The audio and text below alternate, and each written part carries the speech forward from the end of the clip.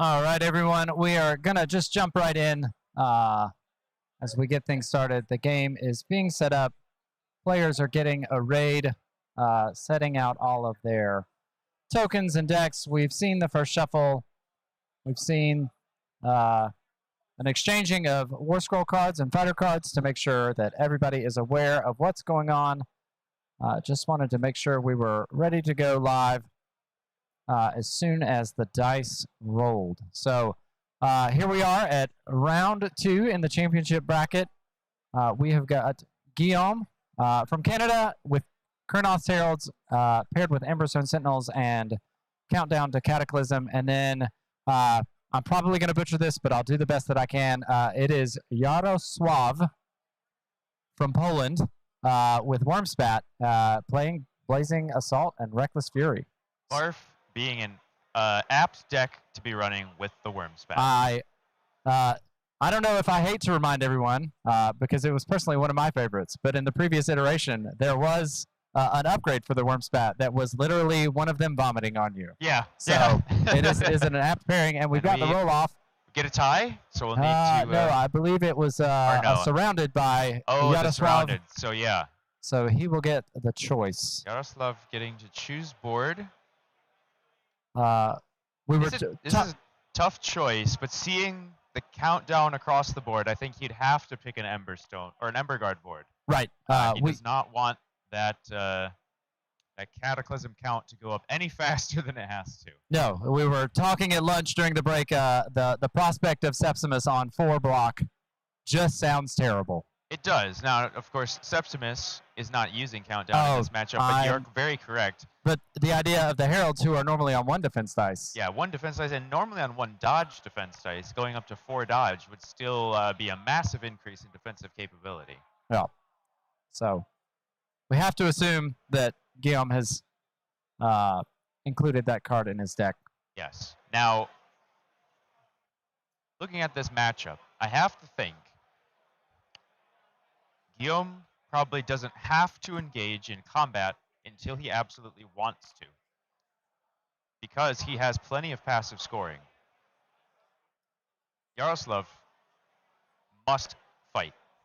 Blazing Assault, Reckless Fury tells you he needs to be in combat.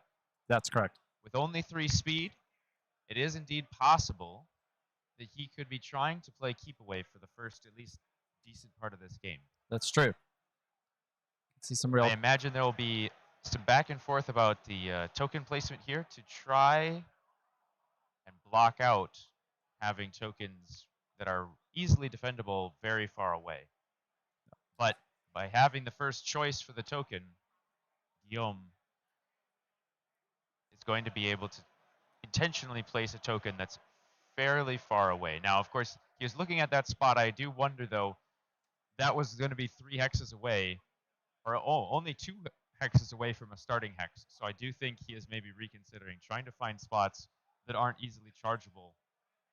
Jarosław has done a good job, I think, picking the orientation and the board with those 3 very forward starting hexes. Yes. Probably one of the better boards for being able to have fighters that can quickly access enemy territory. With countdown, we would usually expect to see at least 1 token in no one's territory. Yep. And I imagine that was where Guillaume was thinking of placing his last. Now, not necessarily, because now with all 4, or with a lot of these tokens in his board, well, he does get a benefit for being on his side. He also now needs probably to stay on his side to score. And that may be to Jarosław's benefit, because he wants to know where the fighting is going to happen. Setting there, still accessible, potentially sets sort of like a diagonal adjustment to where the fighting could end up, rather than a squared off. Yeah. Trying to load all the fighters to one side is at least still a possibility. I have to imagine both of these fighters are well practiced in their decks. If not before this event, certainly Certainly, as a result of this yeah, event. they've all played many matches by now. They know their decks in and out at this point, and they've played against a lot of extremely competent opponents. So they'll have seen just about everything at this point. Right. And an exciting matchup. We were, talking with the staff here at the event. Even though they are not playing on a Spitewood board, the new season is set in the Realm of Life, and the Sylvaneth, the Kurnothi, and Nurgle constantly at war in the Realm of Life. So Absolutely. a fitting match for this new season. Yeah. And a match that includes a warband that we have yet to see today. It is. Or this week, even. And the new Wormspat definitely looking solid. All right, so we've got... very far forward. He is the accurate fighter in the warband, and it's not to say that the others aren't accurate. But he is especially accurate, starting at 3 hammers. They're all very defensive, inspiring to 2 block. And for those who maybe haven't looked at the War Scroll too much yet, anytime they roll the blocks in their defensive rolls, they do get to reduce the damage by 1. Right. So getting multiple defense dice is something that you want to see early. So getting pings, being able to do small points of damage to hit that Inspire where any 3 enemy fighters are damaged or slain. Yes. And in theory, if they kill a fighter who has a bile token, they can inspire that way, but I think that is sort of the secondary option.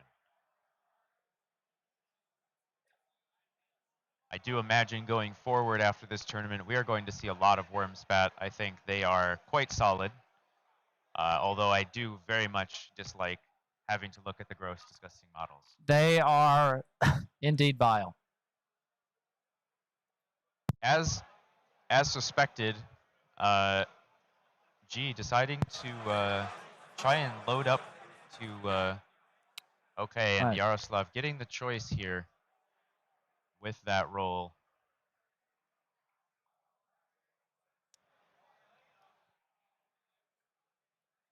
I imagine he's probably going to want to go first, being the aggressor in this match. Yeah, I shudder to even predict what any of the activations are going to be for either of these players, but I wonder about maybe a charge onto that feature token by Fecula, just to hold it to prevent very the opponent possible from having it. I also wouldn't be shocked to just see stand and shoot to start. But we get Golgok coming in, trying to lay out some damage early with that very accurate attack we just talked about. He does roll So 2 successes. So single defense. Pretty good. He could use the crit there, but no. So damage coming through. Now that is a token coming out to denote that he has bile applied. That is worth tracking because those bile tokens will be reducing the enemy fighter's speed by 2. A massive difference going from speed 4 down to speed 2. Yes. Yeah. Completely devastating for other warbands. For many, yes.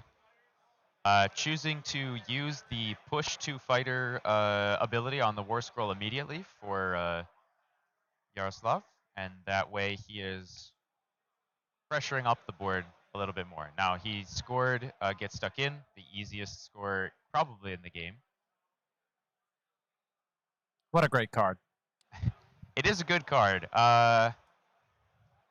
Should it exist? Should you be able to score whether it's successful or not? I am unsure, but yeah. But it exists. It exists. It is helpful for Blazing Assault, given how low the glory ceiling is in Blazing Assault, and so having that consistent glory to get things started, often very helpful. Now, I do wonder if that charge from Gulgok was intentional there to dissuade anyone who wants to come and stand on Objective 5. The idea of giving support on subsequent follow-up attacks if they were to miss when they charged on to attack Golgok is certainly not ideal. And given that Septimus and Fecula both have ranged attacks, they sort of have this little triangle of death in which if you stand in the middle of any of that, you are getting attacked from many different angles. Yeah. Taking some time, thinking through the power card options, trying to decide, and there we go. We get the pass, and Guillaume is deciding to open what appears to be. Believe that Linwith is going to fire her bow. Yes, she's shooting, and it appears she maybe is going to shoot twice. So nothing to start, I believe. Or is she on swords? I believe she is 2 hammers for the bow. 2 hammers, so no hit there. Yeah, Going to use the ability to push, get onto the token.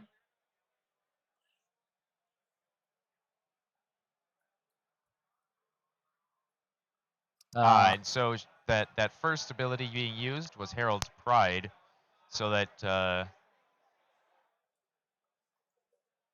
grant Cleaver and Snare.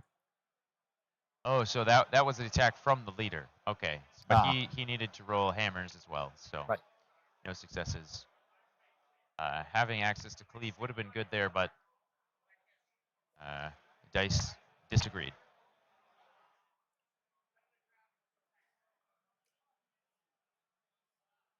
There's a certain inevitability to Nurgle, and I think that Wormspat and Grandfather's Gardeners convey that fairly well on the tabletop. It's you can sometimes feel like this ever-advancing sickness that you just cannot stop. And that's a brawler coming out. Not entirely sure if it will have a huge impact on this game, but we're going to sidestep Septimus, continue to get a little bit closer. The advance continues. Yeah, just as you were saying. So and here comes the charge. Septimus, and here's the reason for the brawler. Yeah, going right into the leader. I do wonder. Do we? I guess there's a possibility he could be attacking Lenwith, but I doubt it.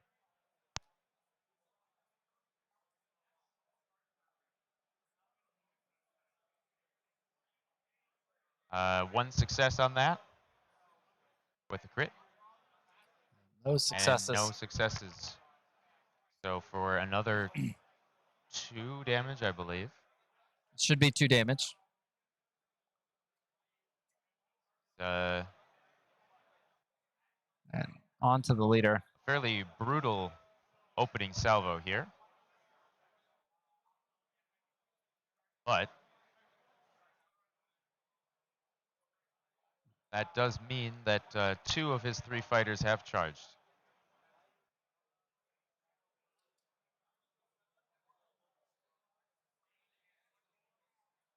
After the power step, he is scoring too close for comfort because of all the fighters being clumped up.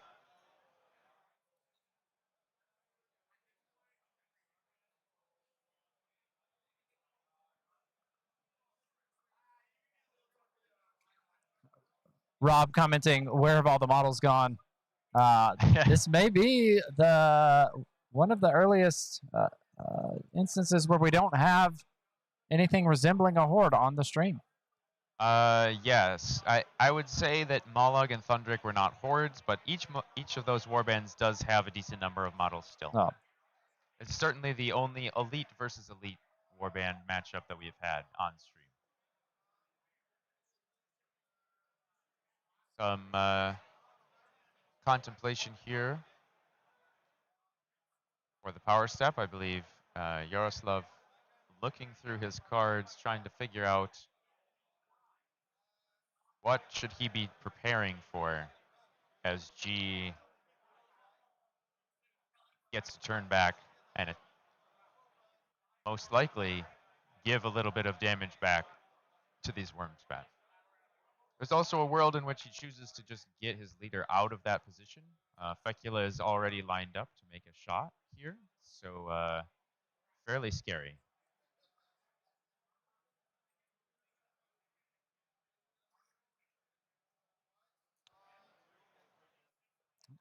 Yes, actually, I think that's correct. Agents of Sigmar, Morlack versus Kurnoth. All right, we are standing and attacking here. Rolling on, depending on who's targeting, that's either 1 or 2 successes, and the dodge will not do it. So that is going to be an attack, so an inspire for the leader here, Yularin. Dealing the damage, I think only 1 damage. Perfect cut and aggressive defender off of that attack. That's quite good. Getting a 3rd surge scored already. Being able to start running up some score despite having taken a lot of damage on Yularin. Oh, an excellent way to see a lot of your deck. Absolutely.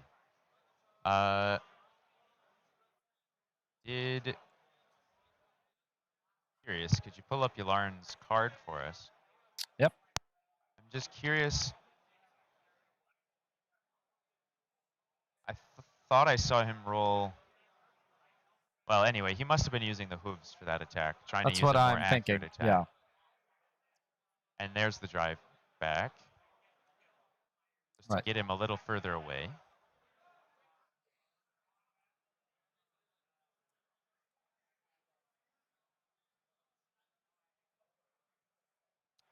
Does remove the support that Fecula would have had to attack against Yularin.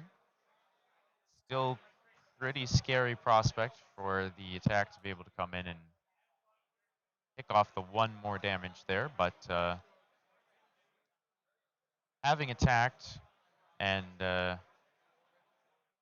committed his fighters in, now there is plenty of opportunity to lay out some damage in response without having to worry about retaliation, unless Fecula decides to charge here. And yes, she is going to charge, try and use her 2 damage attack most likely, so that a stand fast is still not enough.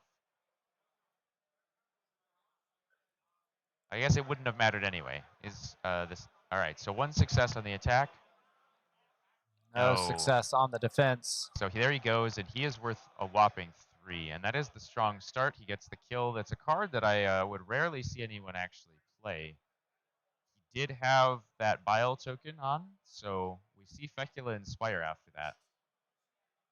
I think that for Wormspat, strong start. It very well could work quite well for them, just because they're not likely to lose a fighter early. Right. Yeah. It would. The highest likelihood of it being a dead card is probably in round 3. Most likely. Depending on how the defense dice go. There's still going to be situations, though, where you surge into it late in a round and someone has gone down and they can't play it. That's true. But to your point, probably a better card for the Wormspat than for most. And then Healing Potion to remove the damage off of Sepsimus. This is a pretty solid start for both sides, but having already lost a model, well, the Wormspat are at full health, does lead you to think that things are a little bit more in favor of the Wormspat at the moment. That certainly appears to be the board state as it is right now. Now, of course, not knowing what cards are in Guillaume's hand, it's a little hard to see if it would make sense for him to stay put and keep attacking, or if he would rather move away to try and score for holding. But I think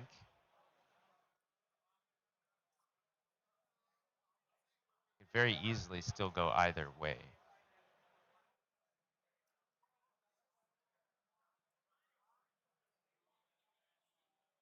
He's certainly thinking through all his options before he makes any sort of move.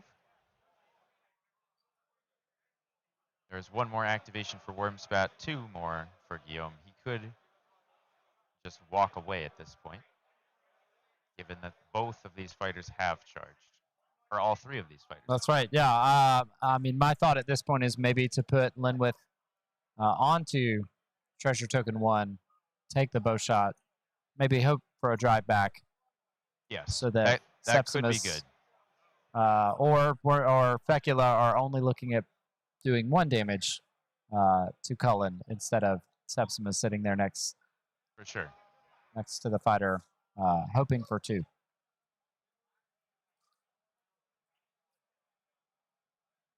But a little hard to speculate because this is honestly a warband I've only seen played. To this match is the 3rd time I've ever seen Kurnoth's Heralds in play. So to speculate on what their strategy could be or should be would be folly. Yeah, fair enough. No. It's fun to imagine that I know what I'm talking about, and then I'm sure that Yes. Guillaume is going to do something completely. Thinking about what I would do is probably the wrong way to be thinking about this. Well, maybe we should both share what we would do, and then probably something other than that is what will happen. Very well. But I do think that your idea of trying to move Lenwaith away, shooting a bow shot, and then trying to drive back. Ooh, okay. So we're taking a little bit of a risk here by throwing a 1-hammer improvised attack to try probably for the drive back. That is not a success. And not a success. It is always tough when you're having to only roll the 1 die. The support helps, obviously. Sure. But I do believe there's Brawler out, so the support wouldn't be useful anyway. Yep, that's right.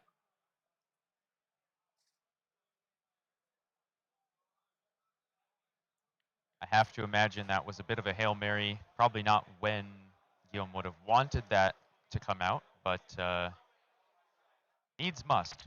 Yes. Yeah, when your leader is dead and you have 3 putrid Blight Kings in your face. We're going to see Cullen just move away because he's trying to avoid getting hit by Sepsimus here. In some ways, that is going to leave Lenwaith to be something of a sacrificial lamb, I think. Yep. But so upgrade okay. comes out. And that looks like, I'm not entirely sure. Great strength? It might be. Accurate. Accurate. Okay. So he'll have the reroll. Yeah, can't be too upset about getting a reroll on 3 dice. Yeah. Now, Sepsimus is not an inaccurate fighter to begin with, but becoming quite a bit more accurate with that. Hey. Not entirely sure what that was about. We had another player for a different system coming over and basically standing right next to our table. We have an attack from Sepsimus here. 1 success. We get get the reroll a from reroll. accurate, though. And 2 successes. Unfortunate. Can we get a critical defense for the stand fast? We cannot. So that is going to be quite the damage. Trying for a drive back. Yes, right. And there it is. Yeah, so 2 more damage coming out here. Accuracy definitely being on the Wormspat side to start. Not sure. Placing. He popped used the Grievous ability. He opted to use the Grievous on the War Scroll card. Missed that the token was pulled there. That is pretty impactful to get that much damage down. Lenwaith, I have to imagine, is also going to be leaving this fight very shortly. Trying to use the ranged attacks. Right.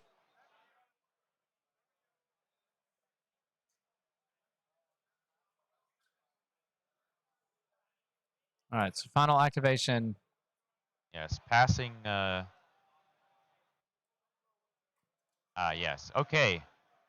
I believe that suggests that Guillaume is holding Iron Grasp. And then putting out Agile for the extra reroll on defense for Cullen, so that he is more likely to survive throughout the rest of the game. I think wise at this point to be investing in Cullen rather than in Lenwaith, because Lenwaith just honestly, and yes, and then utter conviction. This should be quite good. And then Another upgrade coming out. This could also be a loaded for bear here, coming on late to make sure that it didn't get disrupted with a kill. It looked like a thrown weapon, so that the hurled weapon. yeah, hurled weapon. Yes.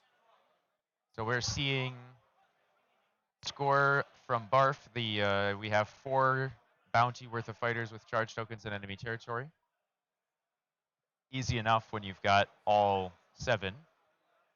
So we get Iron Grasp, because there's only the 1 token, and then loaded for bear, just as we saw. And also the hold token 3 or 4. So actually a 4 glory end phase there, despite having given up his leader. And that, of course, is always the strength of being able to have these high end phase glory counts. Being able to just decide, no, for now, we're going to walk away. Right. No, thank you. Score is still very close. Oh, and we also are seeing Arene. Oh, because he has... Oh, he's discarding Arena Mortis. Discarding Arena Mortis, yes. Because he feels that that is going to be difficult to pick up. So all fighters in a territory. Yeah, all fighters in a single territory have charge tokens with at least some amount of... It's not... You can't just pick it up with 1 fighter. Right, usually. it has to be more than 1 fighter. I need to go to my Barf page. And their total bounty characteristic is 4 or more. Yeah, 4. So Malog is, I believe, the only fighter who can score it by himself. That is true, yes. Yeah. Something to keep in mind if you're ever playing Malog Barf. Yeah. If just move a fighter into the same territory as sometimes easier said than done, for sure. But all right, so everyone is drawn. We are clearing tokens and should be just about ready to roll here. Oh, and a crit from Guillaume. Getting the choice. I has to be happy about that. Have to imagine he's happy about having that choice. I will guess Lenwaith is going to try and get away, force the issue for Septimus by shooting and driving away, so that it's even harder for Septimus to catch her. Yeah, and maybe even more importantly, getting away from the other 2 fighters as well. The other 2 fighters, I think it's actually quite simple to escape at this point, because with 4 move, he can just move sort of up the board and make it almost impossible to reach. Now, of course, if he is holding Wings of War or some other ability to get faster, with Barf, he could even have the 0 glory upgrade for +2 move. That's true. But absent any of those things, he can play the keep away game. We'll see what he decides to do, sort of reviewing the surges and other upgrades to decide what the right play will be. But after seeing the leader go down, this is still an incredibly close game.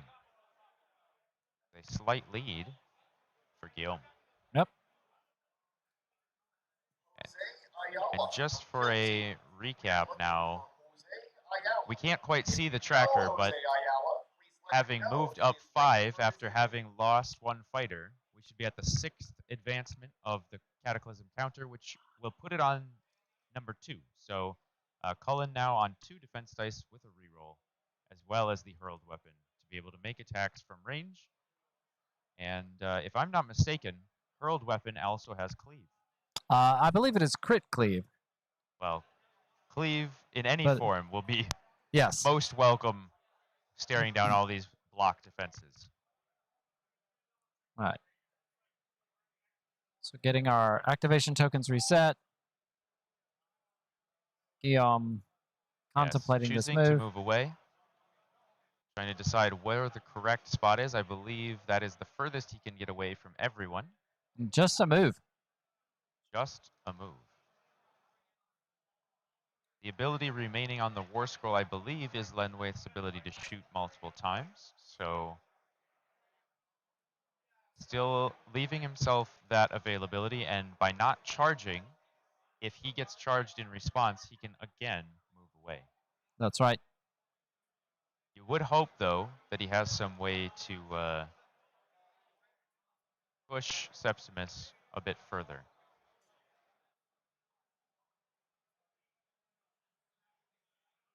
Looks like actually maybe rethinking the play there.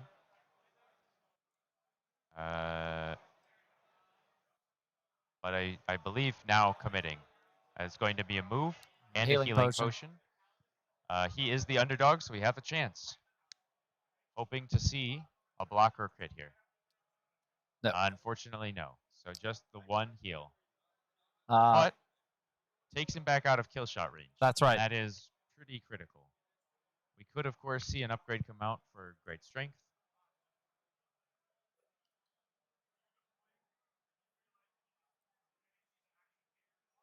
In response, Yaroslav, looking through his power cards, probably has a number of different things he can play. He plays Lure of Battle. Okay. Can you use Lure of Battle that way? Yes, you can. Yeah. Yes, you can. Yeah, okay. I think the first chosen fighter has to be a friendly fighter, or yes. That's the selection is a little strange. You pick a friendly fighter and then another fighter. That is correct.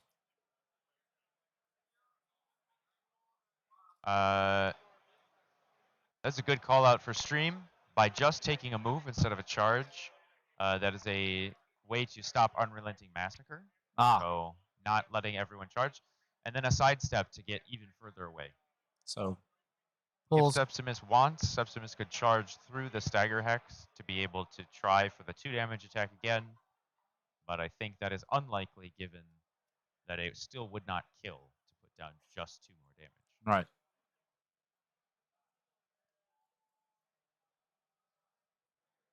I think Guillaume is doing his best to slow this game down a bit and try to force the issue for Yaroslav to figure out how is he going to re-engage.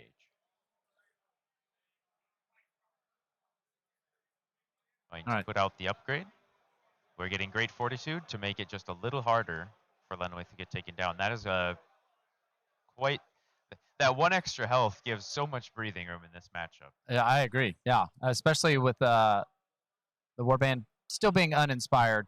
No one doing 3 damage innately. Yes, so we are seeing the Septimus charge. re-engage, choosing for the range 2 attack instead, simply because he does not want to run through a Stagger Hex. All right, Picking up a single success so far.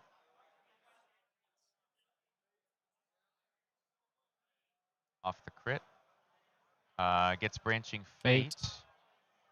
I'm not 100% sure where the extra die came from. Keen Eye?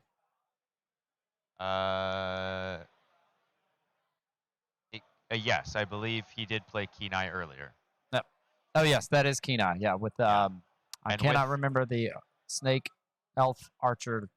With the number of, I wonder if Guillaume didn't roll in the tray. Either way, 1 damage coming out from that attack.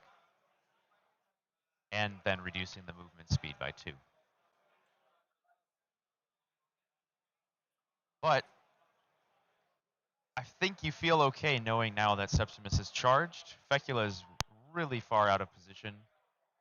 And barring any power cards, Gulgok cannot charge. No. Fairly safe position for I think Guillaume relatively at this point. safe. I don't know if it's quite enough to feel confident that you can't reach you, but you can't necessarily know what power cards your opponent's going to have. And I think if he has either option, Wings of War or a Headlong Charge, there's really nowhere he could go that would stop a 5-move charge. Trying to play around that feels a little silly. So at this point, standing shots are certainly open. Doing so may be beneficial. I think he does have to be careful, though, for the next round, where everyone's going to end up before the dice are rolled because he probably wants to be in a position similar to the one he was in to start this round. Right. You have to imagine we're eyeing those feature tokens as well. Yeah, of course, while always having to think, how can I hold more features for things like set explosives, checking his scores already, trying to remember what other surges potentially he could be looking to get to, what other cards are still in his deck.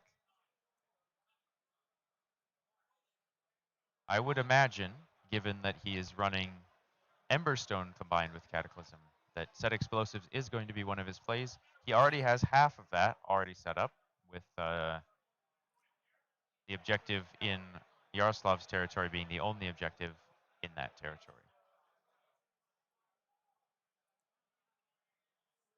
If he's running Supremacy as his restricted card, which I would actually be quite surprised if he chose Supremacy over Spread Havoc, then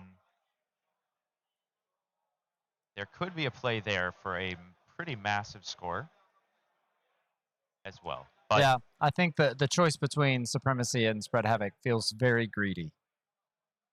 Yeah, especially with only 3 fighters. I think you would go with the consistency over the 1 extra point, especially because if you think you might get down to a situation where you only have 1 fighter remaining, having a score that will happen regardless feels very strong. So he's trying to count out right now where Fecula could end up if he doesn't move again. As far as I can see, Fecula would be 1 hex short of being able to make an attack.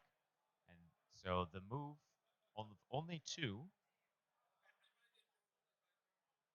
I believe Guillaume is trying to set up for a future move that would put him onto objective 2, trying to sort of slow play the ability to hold those 2 tokens. But right. having to consider that before deciding. And now looking at his power cards.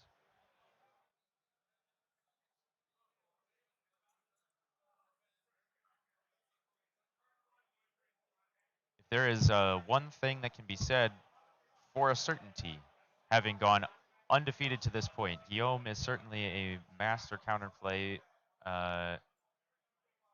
player and is going to make life difficult for all of his opponents, no matter the situation. Yep. And the sidestep. Or no, the push 2 from, you have to end adjacent to a fighter with a charge token, but you can push up to 2. So now Gulgok able to come in for the charge with a very accurate 3 hammers attack into the only 2 health remaining, or no, 3 health She has remaining 3 health because of remaining the because extra, of Great Fortitude. Yep. That Great Fortitude going to come in handy here, unless Gulgok gets an extra source of damage from somewhere. Right. So remembering though that you have all these extra options for movement from Reckless Fury is certainly difficult to plan for.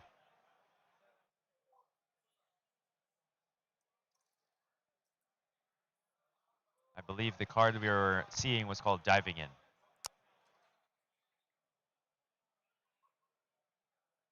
that is the one. Oh, the first time we've seen Reckless Fury on the stream this week. It is. It is. I think that the deck has lost a lot of popularity, but perhaps not enough potency, as it is still a very good deck. So a charge to here. Yes, as expected, we're going to see this 3 hammer attack. Oh, that is one success. Telling me there's a chance. No, there's always a chance. Not always. Well, not always. Doing some counting here. I'm not entirely sure of what. And here pre-planning to understand what might be available. So 2 damage. So 2 more damage. The low defense characteristics are difficult. Given this pairing, there is a lot of defensive upgrade tech available in the deck. But as of right now, we've only seen 2 pieces, and they've both gone on to Cullen.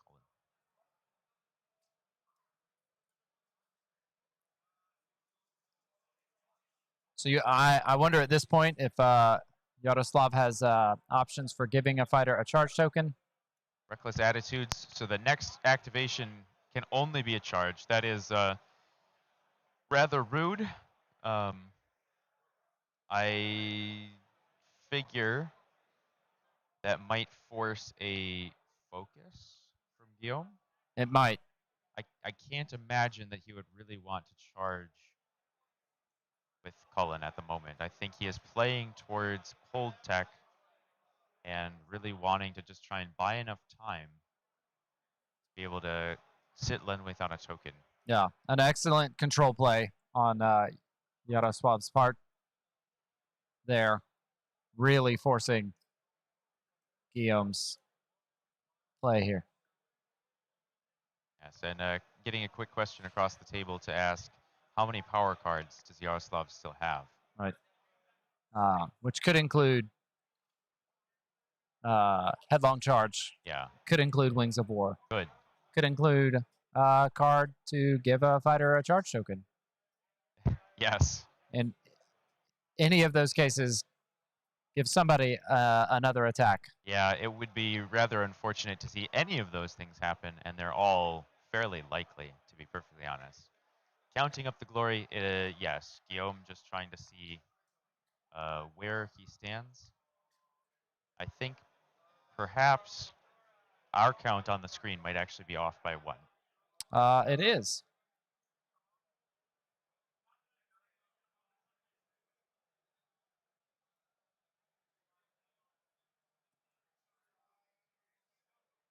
It's going to probably be a game of very slim margins being played out for slight advantages, needing power cards and dice to come up at the right moments.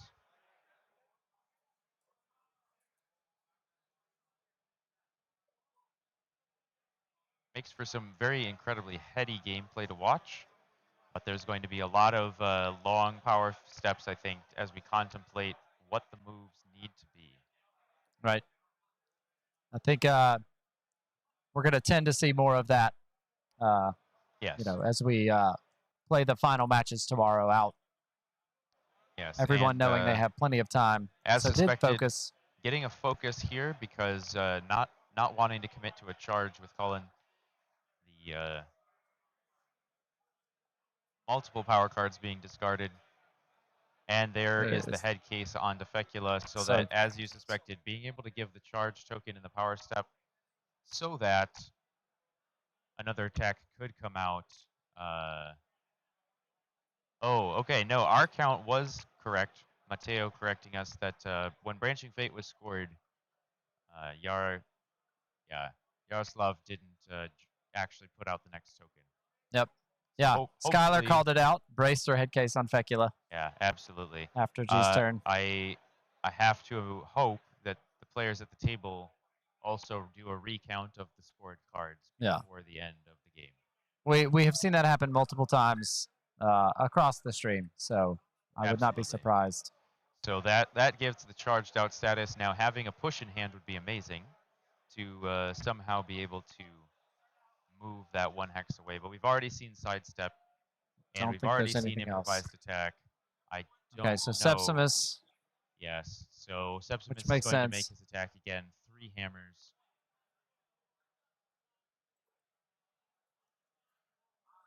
Oh, he's so Guillaume reminding Yaroslav that he cannot be flanked while he is in friendly territory. Correct. So there's no accuracy difference in the attacks here. Yeah, I think we're going to see the 3 hammers from Gulgok. So if it was me, I would swing with Gulgok to attempt to inspire by taking out a fighter with a bile token. So that is no successes. Rolling the dice anyway. Yep. But, just for the sake of it. Makes no difference. The relief. A pretty big roll to have not go through there. The only benefit I have to imagine is that Gulgok is well positioned to defend that token onto as well. And actually no token that he can go to right now that wouldn't be defended, because if he goes on 2, Golgok can swing again. If he goes to 5 somehow with extra speed, then Fecula can shoot again. Yeah, so no and it safe looks like tokens. Duelist is coming out onto Lenwaith. Okay. Duelist is quite good. I believe. Could we double check the wording on Duelist quick? Of We're going to course. be taking the shot here.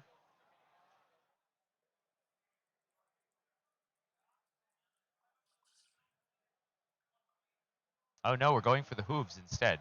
Ah, because the grapple. That is a interesting play.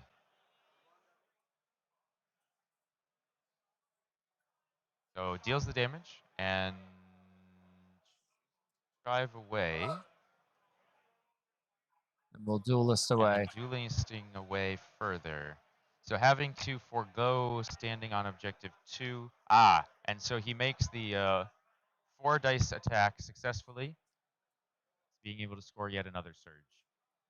Finding ways to continue to score and incrementally move the totals, keeping that small lead, seeing more of the objective deck. This is going to be a test to see if there's enough total glory, I think, in Yaroslav's deck to keep up, as is being fairly difficult to nail down these Deer Centaur. Yeah. Surprisingly, having 2 fighters left alive at this point. Yes, Skylar, that was overwhelming force. He made a successful attack with 4 or more dice.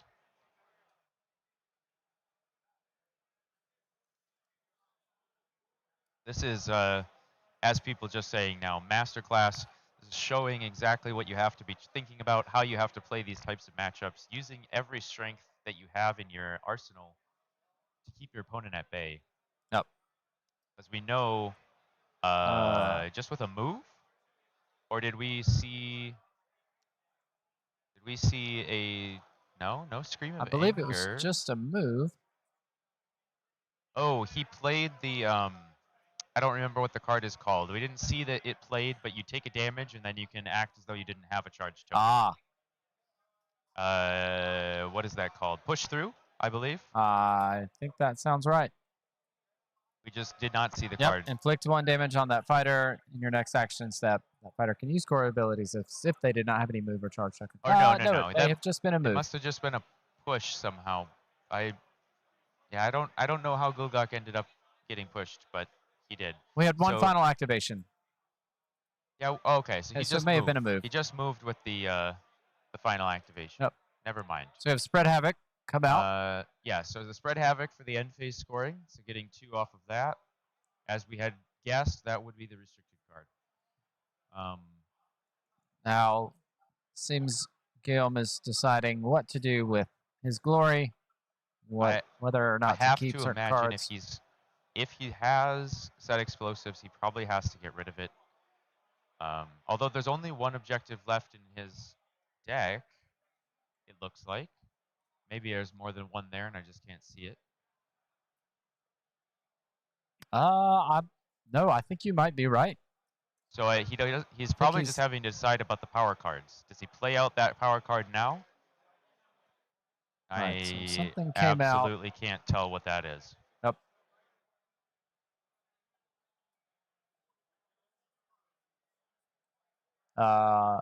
Overhearing an upgrade that means that they cannot be driven back, which I believe is in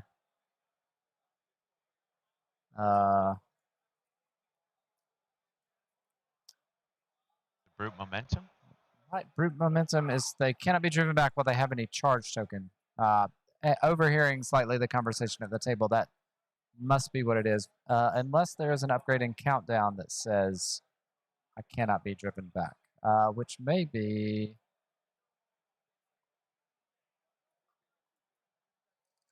I don't think there is one.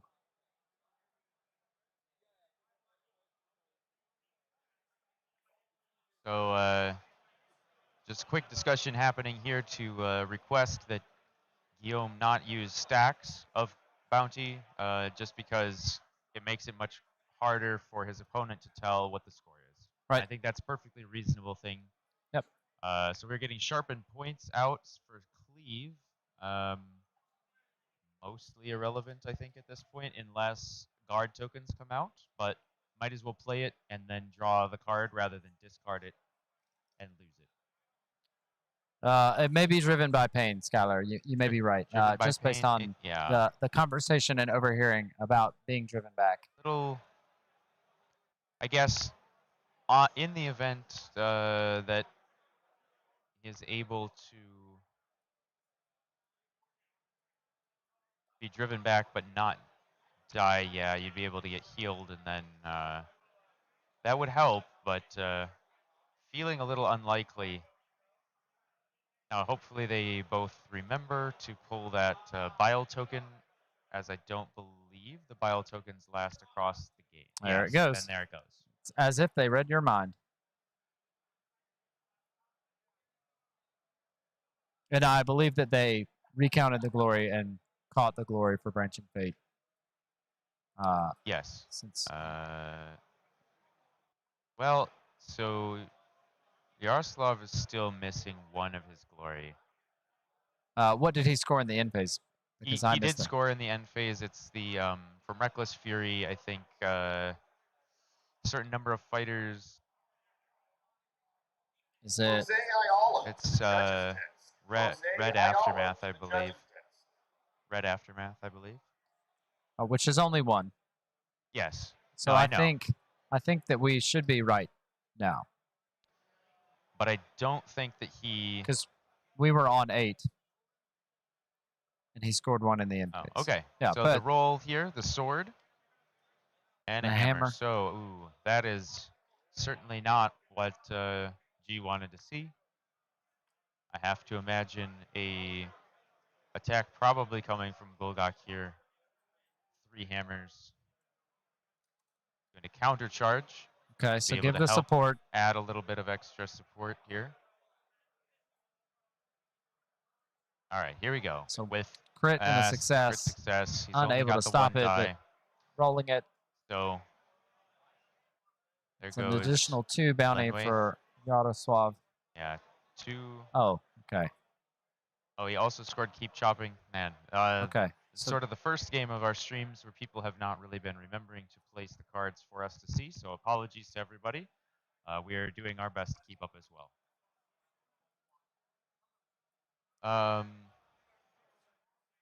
All right, well, now that the Cataclysm Tracker should be on 3, Cullen might be willing to just stand and fight for a little while. All the hold scores are no longer in play because he only has 1 fighter, and he already scored Iron Grasp. He's wanting to just read through Guillaume's card here quickly. There's not a whole lot that still applies. The ability from, and I think he realized that as well. And so Gulgach is inspired because the bile weapon ability, the token would go on the fighter and before the out of action check. Yes, exactly.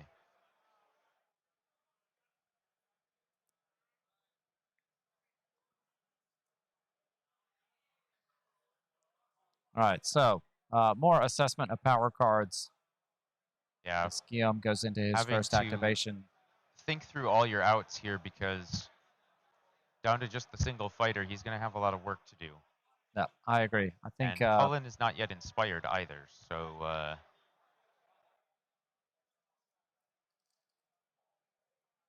the Inspire is quite helpful for him on offense, being able to pick up the extra accuracy and damage. Yep. But until that happens,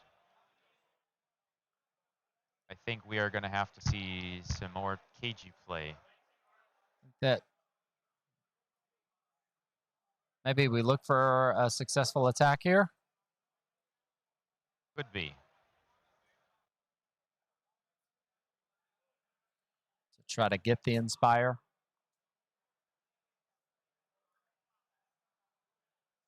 Asking to see Yaroslav's scored cards so he can try and figure what else is remaining in the deck. I don't know if he would consider running Annihilation, but if he does, this is certainly a match where it is possible to score. Could imagine that being the difference between a win and a loss, depending on how. I agree. Great speed coming out. Putting Cullen up to speed 5. Rob asking in chat, how do the Kurnoth inspire? They have to make an attack from a fighter who started the activation in friendly territory.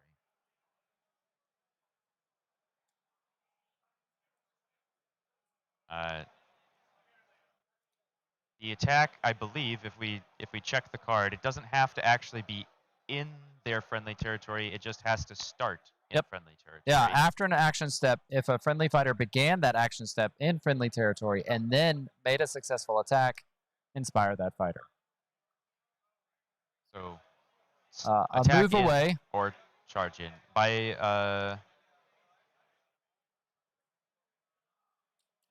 So we are scoring. Presenting a objective to Guillaume and Frenzied Rush. I don't. Oh, this may be a focus. Oh, no. Score this immediately after an action step if a friendly fighters with a total bounty characteristic 3 or more have charge tokens and are in enemy territory. With the head case, Fecula has 3 bounty. Did he place a charge token onto Fecula? There is one. It is just off camera. We just can't see it. Okay. Yep. Then yes, yeah. Frenzied Rush. Yeah. Bit of a cheeky play there. Yep. Squeak out some extra glory. So we'll add that. The stream count, 1 ahead currently because of the missed glory for Branching Fate, and I am sure by the end of the game, Yaroslav will count up his total glory. It has been a habit that we have seen. More upgrades going on. Was not able to see what that was. No, not clear. And here's Wings of War. Long charge. Yep. With Golgok, who is incredibly accurate. And I believe has Crit Grievous while inspired. So this is going to be a pretty painful attack if you can get that extra. Right. Yep. So we'll see what happens. No, just cleave. But crit success is quite. You have quite 3 good. defense dice. That is 2 crits and a dodge. Wow. All right. And that is the benefit of utter conviction. Finally seeing some success. He's choosing to do list away. Okay. I think that does make a lot of sense. Right. You don't want to give free.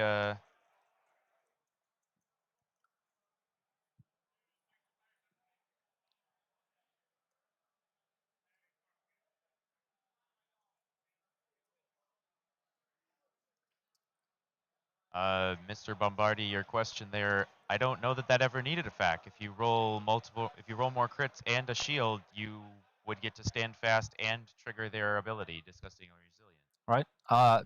Reduction is always, you cannot reduce below 1, as per the core rulebook. Yeah. But if you have an attack that's more than 2 damage coming through, you would be able to reduce by 2.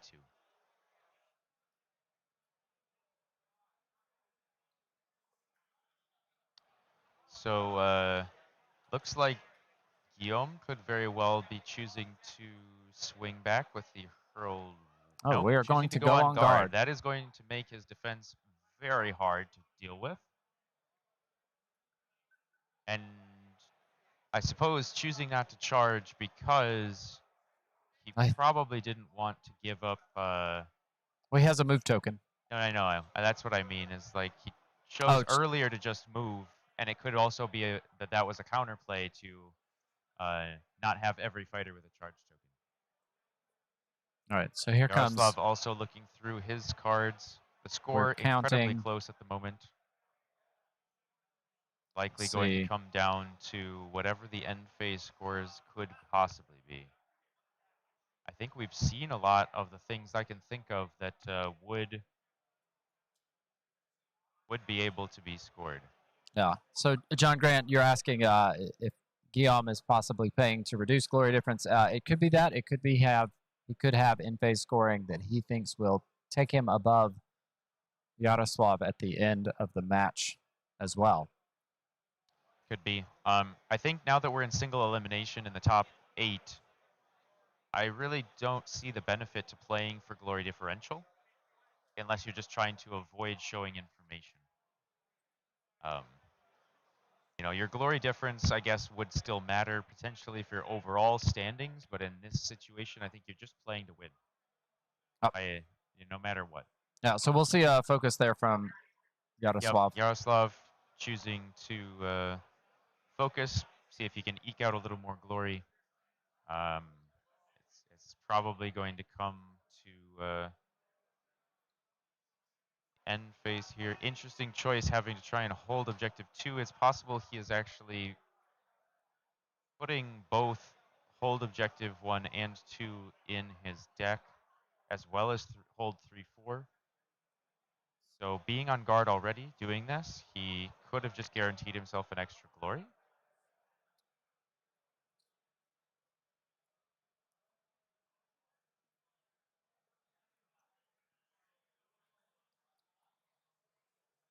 You're certainly more confident in that than we are, John. I am not really sure. We get pushed through. Skylar, Spread Havoc has already been scored.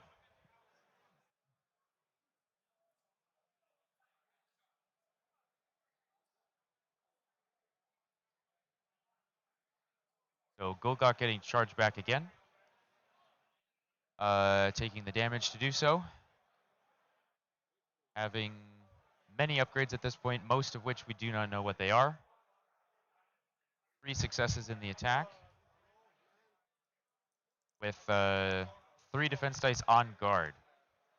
With just a crit. He's on guard, so it's 3 successes. And on guard. So 3 successes to the 4 successes. The stand fast helps to reduce the damage at least. It does. And he scores unassailable after the attack. Wow. So that puts him up by 1. Or puts him up 1. Not up by 1, but up 1 more. Incredibly tight here. The damage coming out will be enough to inspire Final Fighter. Not that it will matter at this point.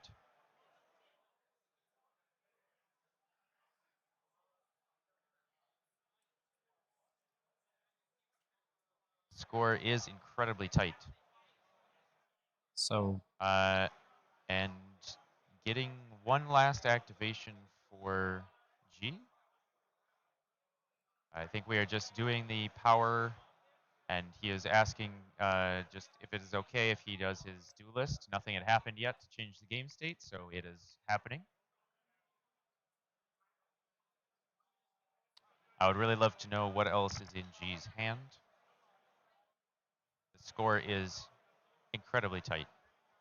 Now, we have the count as being 12 to 13, but the players have the count as 12 to 12, so hopefully they are correct, but we will hopefully also get a recount after scoring. And 2 more with Fields of Blood. And yes, the hold objective 2 for the score for 1. So I believe the game, regardless, will be going to Yaroslav, but just by the tiniest of margins.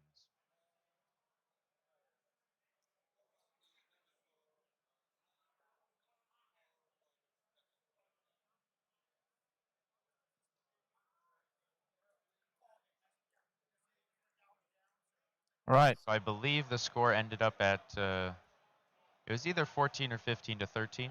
So a very tiny difference. Yep. A very well played game. Very cagey. Right.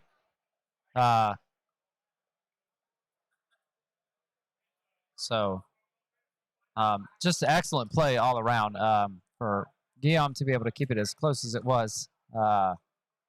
Absolutely. With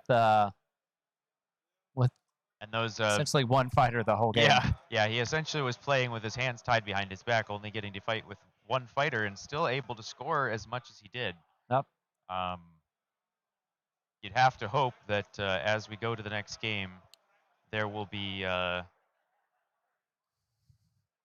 able to go to Spitewood, probably be able to advance the tracker quite a bit quicker, and hopefully not lose his leader quite so quickly in this next game. Yeah. I think it's worth commenting that with as aggressive as a deck as he has, Yaroslav is still able to get 10 glory out of his deck with only taking 2 fighters out. So yeah, strong play there. Fair point that you know, there are a lot of surges and things that are relatively simple to score with that deck pairing, so you can always account for at least that small amount, and then you just have to hope that your opponent doesn't have the really big scores. That's right. I think that it can always be a challenge when you have the low-scoring aggressive decks that if your opponent can really drive up the glory totals, it can become hard to keep pace even if you are killing fighters. Yep. But in this case, it seems that G might be trying to play more of a control game and trying not to let things get too far out of hand and keeping the scores low. Yep. But looks like that's how that went. Yeah, so from the looks of the glory on the table, it was 13-14. We were not entirely sure if there was maybe one surge that was missed from Yaroslav in terms of actually putting the token down. So that was sort of where we got off. But ultimately, it doesn't make a difference. So, first round goes to Yaroslav. Getting ready to set up for round 2. I am going to take a personal break. I'll be right back. And as Jared takes a break, we will watch the setup here. Both players drawing their new hands, looking over, making their decisions. Most likely there is going to be a desire from Yaroslav to want to have a hand that allows him to get to combat quickly and be able to score surges quickly so that he can get upgrades out and put a lot of pressure on Guillaume before he can get his scoring. On the flip side, Guillaume may be needing to try for some of his hold objectives early because he may not have enough fighters if he gets to them later in the game. Always a bit of a give and take there when you have those hold objectives because you do still want surges to get scored early if possible, but if all you do is score your surges and then run out of fighters for your things that require multiple tokens being held, that can be a real bummer when you don't have enough bodies. Both players obviously playing extremely carefully and making some very tactical moves, taking everything right down to the wire. As suspected, with the choice, Guillaume is choosing to go back to the Spitewood here and having to think about how he wants to orient this board.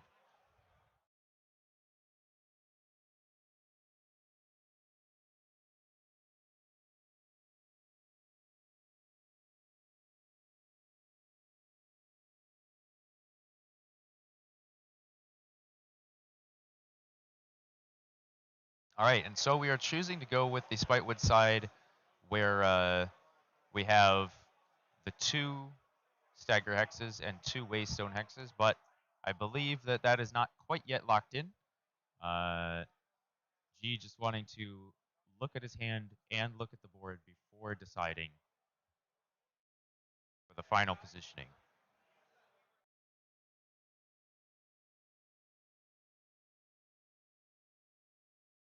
Getting to this point, obviously both of these players incredibly skilled and likely now both with much more information to work with for the game plan to go forward.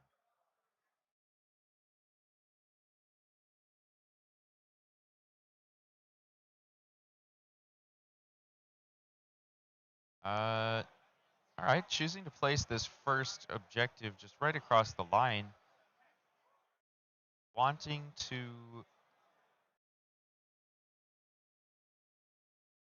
The hold tech probably close to the center line so that it is hard to hold and stay away. Also, that token being placed near the center line also means it's harder to place a token in no one's territory, which may be required for some of G's scoring here. As I was walking back from the break, I took a look at the board and for a moment thought that it wasn't a Spitewood board and was very confused. Yeah, so we're using the side that doesn't have the 4 Waystone X's, and the color palette is a little closer to what we see on the Akshi board. Yep. So right. Glad to see that we'll see it on this board, so back in the realm of life. Yes, back and once again we are seeing these tokens being placed near the center line so as to keep all the fighting condensed, I think. Trying to keep G interesting. So he's deciding to keep those tokens a little bit closer together, but yes, he wants that one in no one's territory. Final token then for Yaroslav. He could put it in his own territory, try and bring the Kurnoth's Heralds to him, but instead he opts to keep all the fighting on the opponent's side of the board, which I think we saw it work fairly well for him last game. Yeah, so makes sense. Probably don't need to change. And could, in theory, be trying to help dictate where the Aqua Garanis token is going to go as well. Now, Yaroslav placed that last feature token, so he is going to also then be placing the first Aqua Garanis token.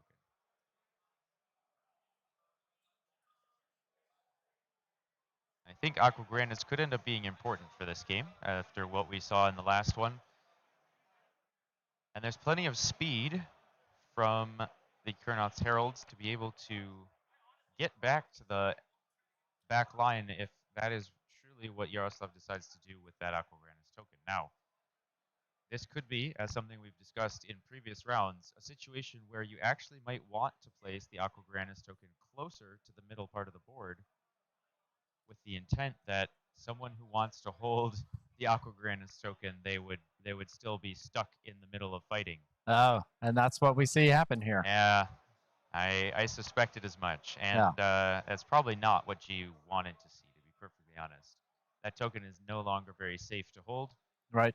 But G opting to keep playing the sort of keep away strategy with his and placing it next to the Waystone Hex so that if a fighter does try to hold it, he can use that reroll to his advantage. I find it incredibly fun to watch two players with this level of knowledge of the game do the board setup. Yes. There's so much interplay and thought process going into it. And you can learn a ton by watching players place their feature tokens. Yeah, it is telling to myself that I do not put nearly as much thought into board choice or feature token placement.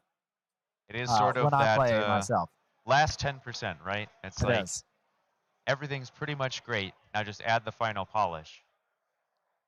So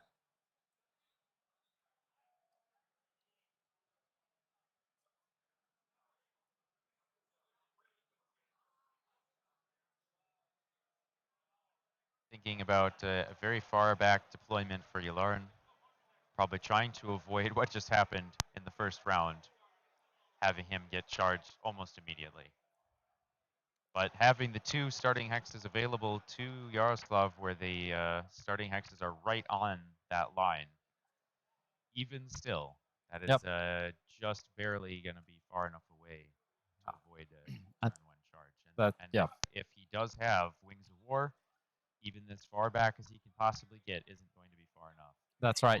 Just looking at the starting hexes, there is going to be one fighter from the Kurnoth's Heralds within charge range of Gulgach, no matter what we do.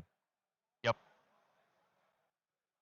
I would have to also imagine that that other spot is going to be reserved for Septimus to be right on the line, with Fecula slightly further back because she has the range 3 attack. Yep, you No. called it. So we still see Fecula placed to that side, as I would expect. There is a world now, because G decides to load the board all to one side, we actually wouldn't see Septimus on the front line and instead would be off to the side to keep all the fighters on that one side of the board. Now, I do think that that would be somewhat of a mistake in that it then is freeing up the objective 4 to be grabbed and be farther away from the fighting. Right. Yeah. By leaving Septimus there next to 4, it does make it rather difficult to go and grab that token without fearing the crackback. Yes. Yeah, you'd have to think that Guillaume is thinking about kiting or circling or spreading out as much as possible. Yeah, absolutely. So here comes the roll for the round. So we get a hammer from and a Yaroslav, sword. and So then Guillaume swords. gets the choice. I'm not entirely sure what he would want to do here. He may choose to make Yaroslav go first, so that he would have to choose to charge in without power card support first. But of course, if he has things like that are reactions, he can still use those right off the bat. Cullen does feel like he is somewhat in danger here, but the 5 health does mean that round 1 is at least somewhat safe.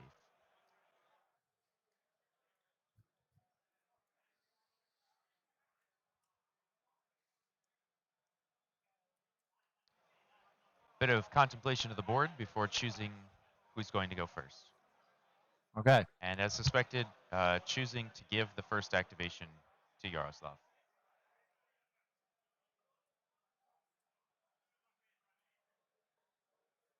So I who imagine is making the Golgok is going to charge? charge first. Yes, on to Cullen.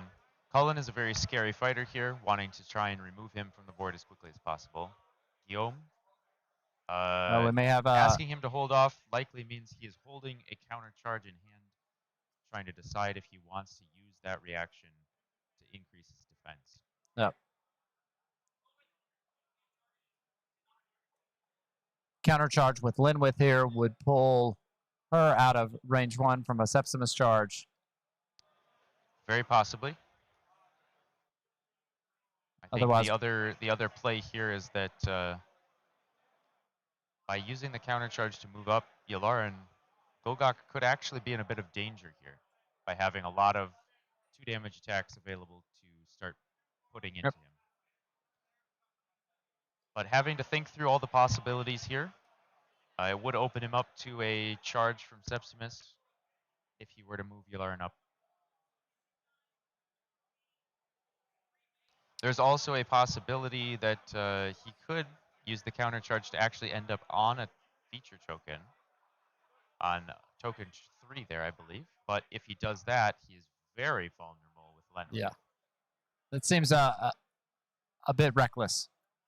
Does. If that's what we do. So and in fact, choosing to go to a spot that is close to the token, but still far enough away from Septimus. Right. Rethinking that position, though. And again, that is a tough spot because if you do counter charge up to either of those places, you're opening yourself up to multi-damage charges from either one of Septimus or Fecula. The defensive boost is certainly helpful, but you don't want to be reckless about it. I'm sure G is thinking through all the possibilities as to why it is maybe worth having Lenwith be up there. All right, and so here we go. Oh my, 3 with successes. 3 successes. A crit would be great to reduce some damage, but that's about all we can hope for, and no. So the 2 damage coming through and reducing his movement to 2. Yep. Cullen in a tight spot, to be certain. Yeah, and best foot forward, a nice easy one.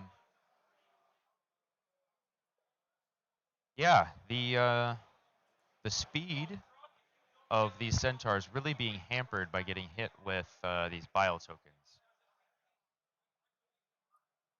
Yaroslav doing a great job of surging, looking at his card, and then placing it face down to make. Okay, so he's going to try for a ping here. But he has to roll a hammer, I believe, because he only gets to roll the 1 die.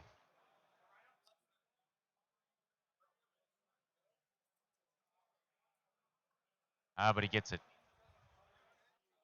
Wow. And again? All right. Does not get the ping onto Cullen, which is probably pretty huge. So Cullen still not in kill range yet. But as we can see, there is just a wave of aggression from these fighters. Oh, using a yeah, pushing Golgok into there, and then being able to push Cullen further away from Septimus, as well as grabbing that token. That's a very well played Violent Blast. Taking Septimus a bit out of the game right now, and hopefully using the push. Yes. So not fully out of the game, but no, not fully out, but using every tool available to try and keep things safe. This does, of course, also open up the ability for Yalarin to use his spear while fully surrounded with a reroll. And I believe Yalarin is a rare fighter who starts with a range 2 attack with 2 damage. I believe you are correct. He is, with Crit Grievous, no less. With Crit Grievous even. That is quite great. All right, so using this second ability, enemy fighters' melee weapons have -1 attack dice in the next turn. Yes, so that is rather unfortunate. That would put Yalarin's spear on 1 die.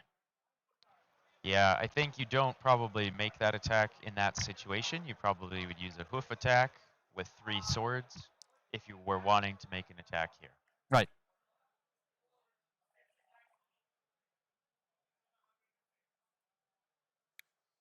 The amount of control tools that the Wormspat have is pretty disruptive when you consider how good their stats are as well. Right.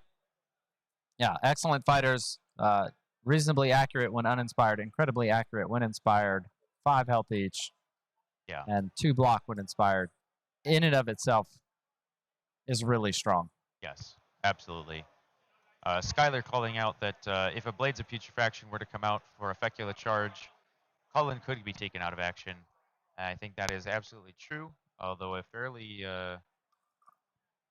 aggressive move. But on 1 dodge, I wouldn't be entirely surprised to see it.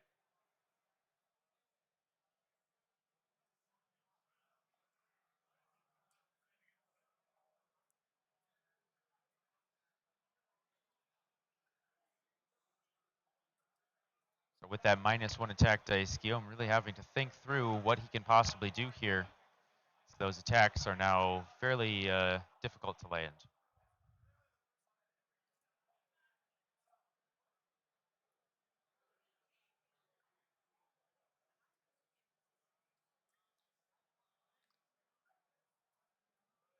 More contemplation in the power step, trying to decide the best move.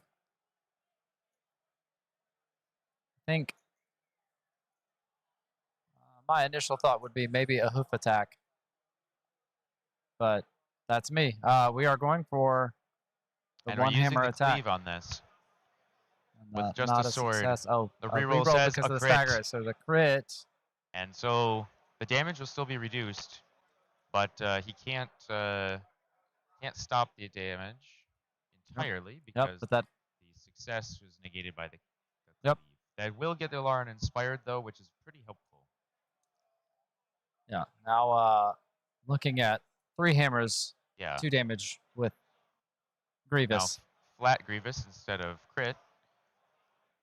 The extra accuracy probably very important here. Oh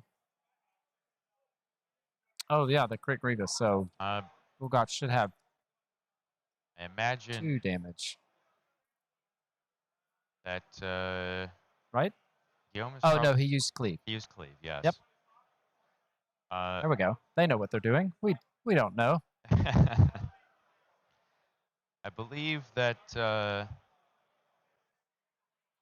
G does have to be worried about that attack coming out. Lure of Battle. Oh boy. As trying to put Yularen in a pretty tough spot now. So Fecula could come in. I think the other thing that he could be trying to line up here is a charge from Septimus to be able to inspire by getting damage on a third fighter. Ah. I would have wondered about using Fecula to inspire, but Gets one two success. Successes.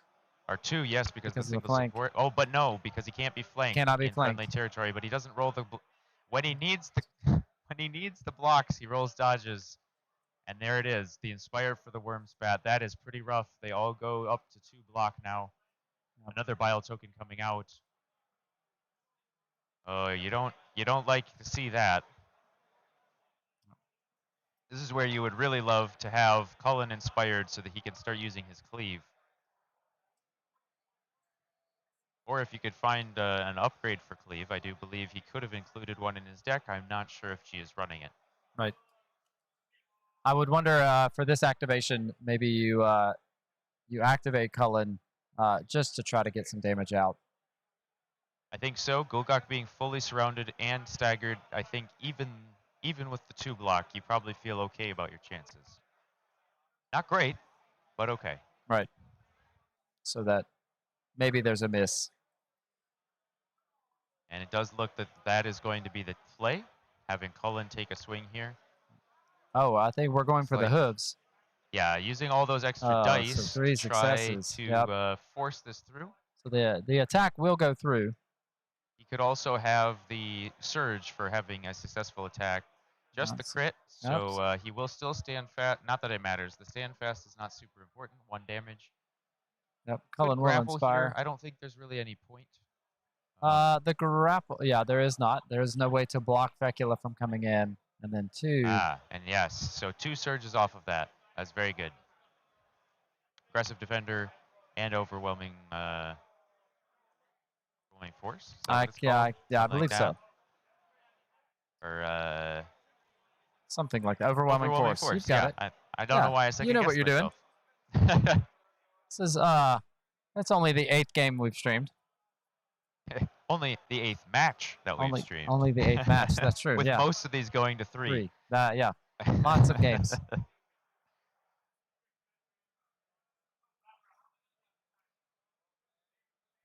Yes. So here comes the Blades of Putrefaction to get that Grievous. Attempt to take down Cullen. Likely coming in here. And the charge from Fecula. 3. Yeah, we're going to try and kill Cullen. She has... Yeah, he has 3 dice inspired. 1 critical. So any kind of defense roll here would be... Oh, good. No. All right, that's unfortunate. And he did roll the crit for the critical effort. His tracker does move up. Yep. It'll be curious if he scores off of that.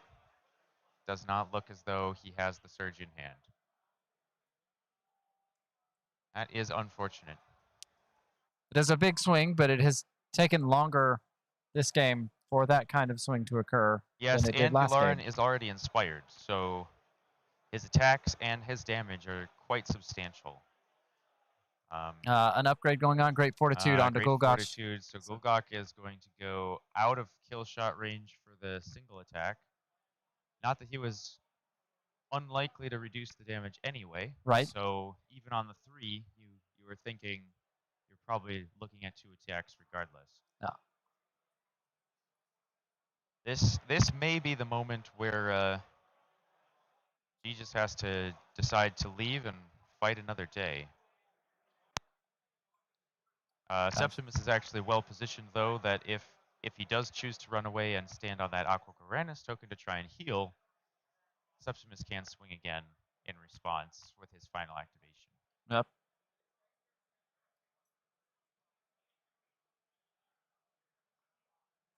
I would have to think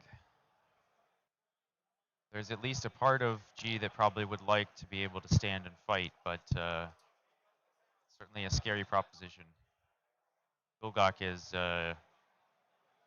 very accurate. So Duelist coming out so that he can potentially swing and move away. Or,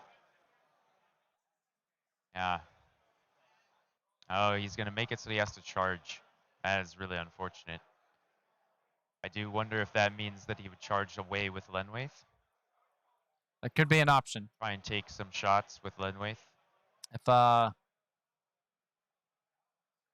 it's not great Seeing as how places to go. I don't know that he would really want to charge with Yularen, but I suppose there's a world in which now with Duelist, he could charge with Yularen, use his range 2 spear attack on Septimus, and then Duelist onto objective 4.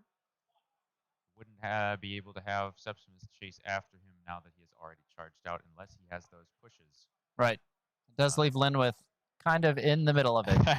It does. It does. But maybe that is what you have to do. Strategic decoy while he retreats. Right. And without any kind of visible upgrades, nothing out, Blades of Putrefaction gone, you have to hope that maybe Linwith can weather one attack before she gets to activate. But so no, we see here. the move away from Lenwaith, and if he's going to move away with Lenwaith, it has to be a charge.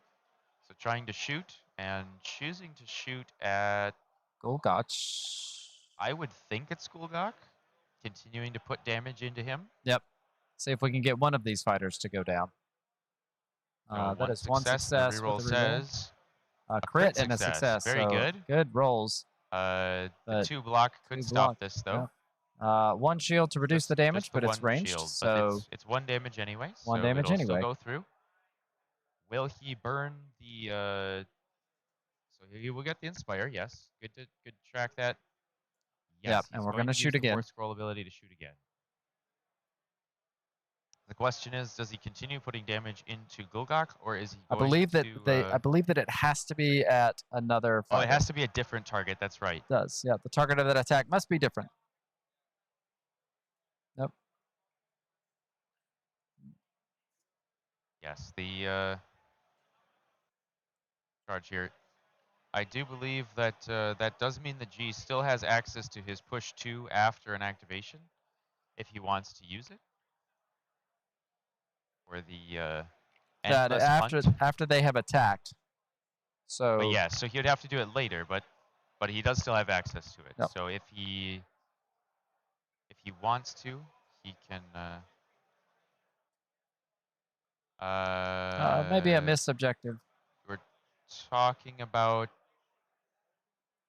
too close for comfort. Should have scored earlier.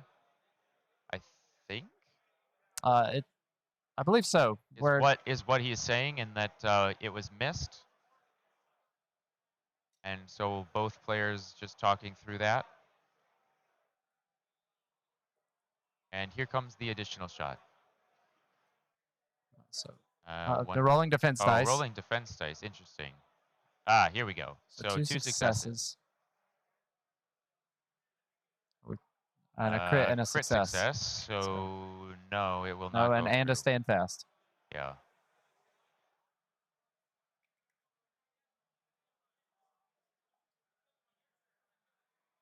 I think G's probably okay with that though. Getting the first shot off and the Inspire is probably about as much as he was hoping for. And I would agree. The second shot is mostly because I think he didn't even get a chance to use it in the last game. So right. He's trying to make sure it's actually doing something. Score continuing to stay very close. As we said it before, I think this is going to be a match that is a game of small margins. No, there's a lot that Yaroslav's aggressive strategy does to control Guillaume's scoring. Very much but the so. speed of the Kurnoth's Herald can do a lot to control the scoring of. Right. So here, I believe, is going to be the attack from Gulgok into Yularen. So 3 hammers. 3 for hammers. That is one Rolling success. 1 success. Guillaume looking for a block. Not no. getting it. Continuing to roll no defense successes. So that'll be 2 damage. And taking 2 more damage. Deciding to push him away, but where to go to? Deciding to go that direction. Yep. Which I think is fine. But we'll and he will get stuck in. Yep. No counterplaying that. Pretty much always going to score. Yeah. I mean, I guess technically the counterplay would be leave your friendly territory, but round 1, that's almost impossible to completely do. So at this point now, I think if it's me, we'll play this game. Pretend like I know what I'm talking about.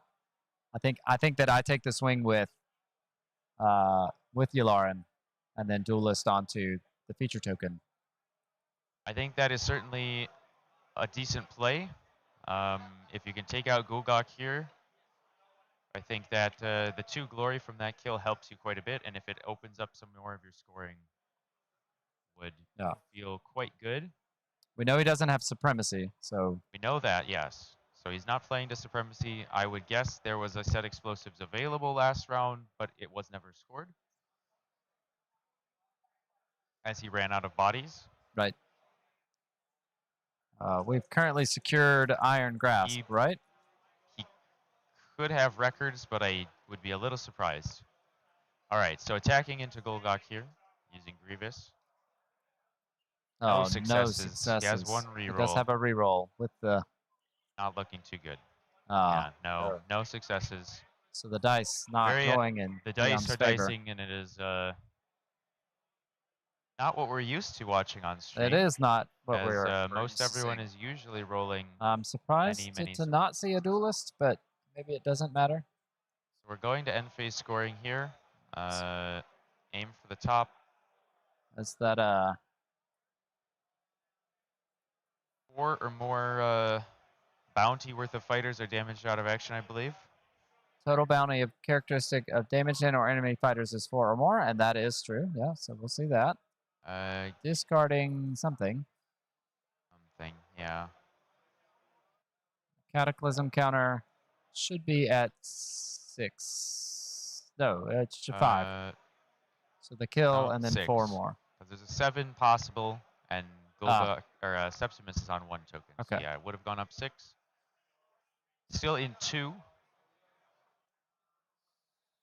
Or something. Iron Grasp, I think. I believe you're right. Keeping the score close here.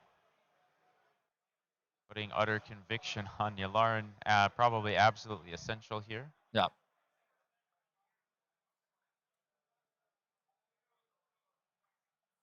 Having that attack not go through on Gulgak really hurts. I wonder if he forgot about his duelist, or if he decided to stay there for the eventuality that he wins this roll off. Well, that may be the case. I think if he had hit, he probably would have duelist away. That, yeah. That's what I would have done. So drawing up. Going on to round 2 here.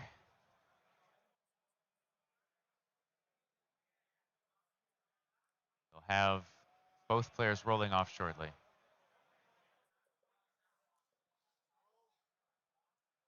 Big one.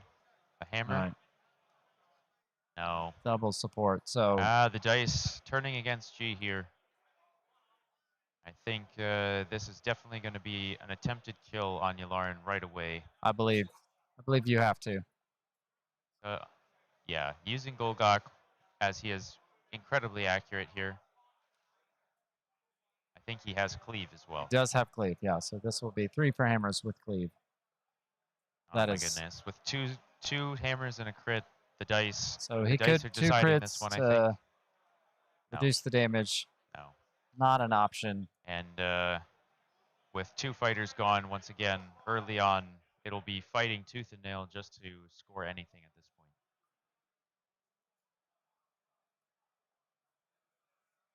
Having ranged attacks probably helps a little bit here, being able to just slowly chip away at fighters from a distance, keeping them at bay, but having 1 damage already on Lenwaith and no upgrades, kills are almost an impossibility. If he had set explosives, it's now off the table.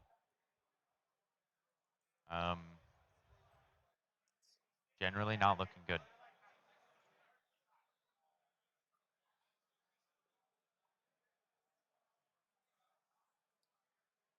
We saw one of the hold numbered scored last round. We saw 2 of them, in fact. Hold Okay. 1, 2, and in 3 and 4. Okay. So there's So those, 2 potential glory, plus Wreckers is going to give 2 at this point. Yeah.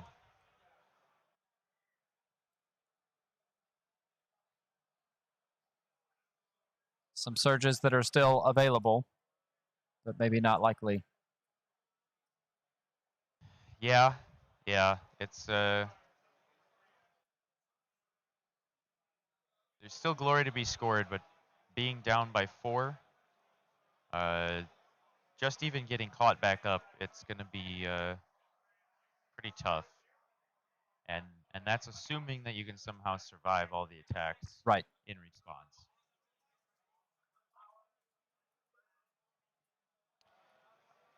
To be honest, all the dice kind of working against G there towards the end of round 1, and it makes it very difficult to continue here. Okay, so staggering 2 fighters. 2 fighters.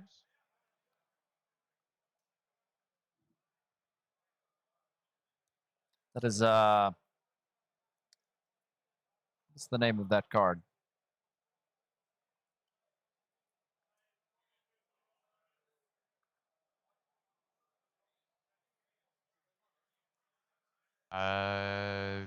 Believe he was just taking a shot. Didn't roll it in the dice tray, but that's all right. Yep.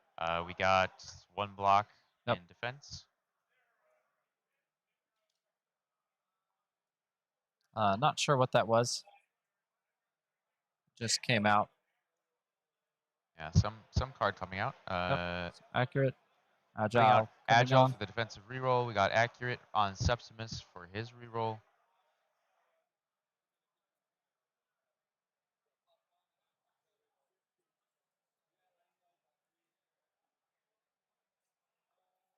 I believe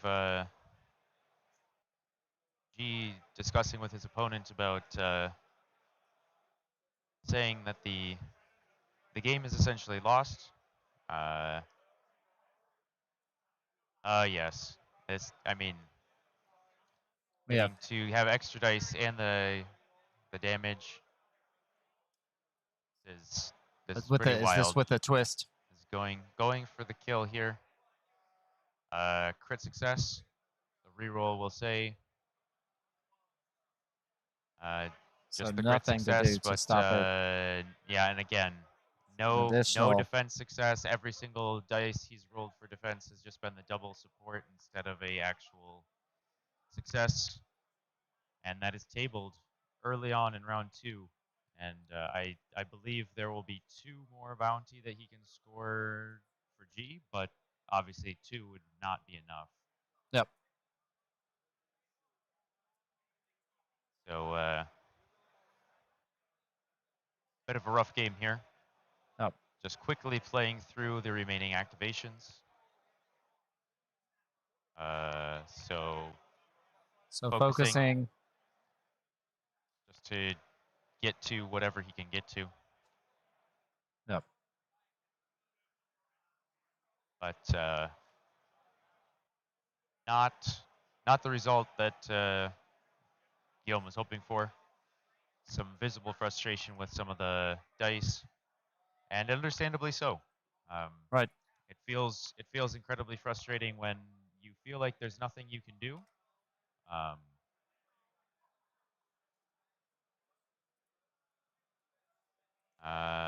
Fecula hasn't charged. He's not charged out, so cannot move Septimus right now. Yep. So it looks like a focus. Yep. Focusing away some of those surges to draw more cards. Also focusing away the power cards. Not entirely sure what power cards he would be even looking to have, given the fact that there's no enemy fighters left. But Perhaps a sidestep or something like that. a power card to give Fecula a charge. Yes, head case would be one. Yep. Braced another. Final G focus. focusing again, just drawing a couple cards, passing his turn. I think that So final yes, focus. continuing to dig for answers to be able to I think we've got to that be charge looking token for. onto Fecula. Yeah, has to be the aim at this point.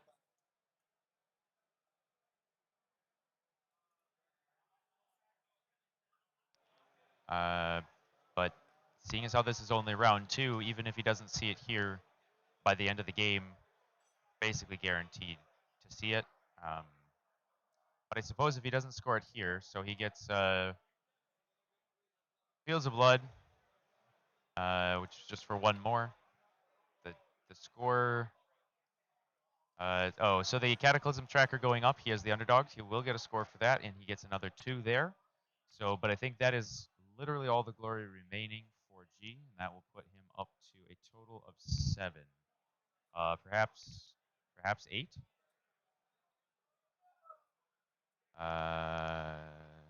It may have missed one. Yeah, 8.